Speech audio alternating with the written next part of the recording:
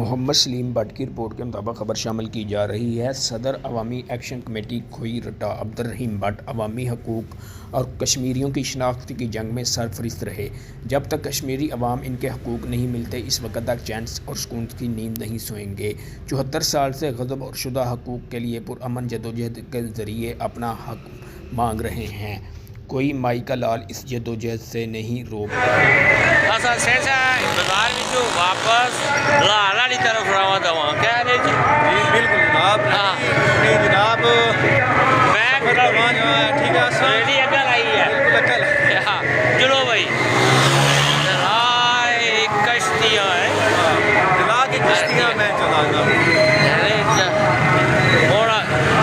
دلا کے کشتیاں ہیں جی ڈاکٹر صاحب، ماشاء اللہ زبردست، بڑا جذبہ لوگوں نے اندر، بے شک اور بالکل اپنی مدد آپ لوگ اس طرح جائی رہے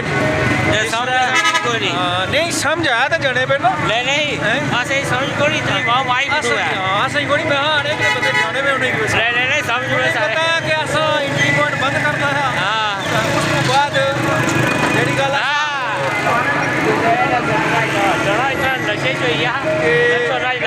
ہر بندے نے جذبات جڑے اپنا اظہار کرنے کا اپنا طریقہ ہے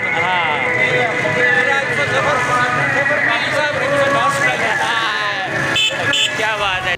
صدارتی آرڈیننس کے خلاف اور اس کے خاتمے کے لیے تحریک کے بعد عبدالرحیم بٹ اپنے قافلے کے ساتھ واپس اپنے شہر کھوئی رٹا پہنچے تو تاجروں کی جانب سے عبدالرحیم بٹ اور عوامی ایکشن کمیٹی کے ممبران کا شاندار استقبال کیا گیا۔ محمد سلیم بٹ، نیوز 4، کھوئی رٹا، آزاد کشمیر۔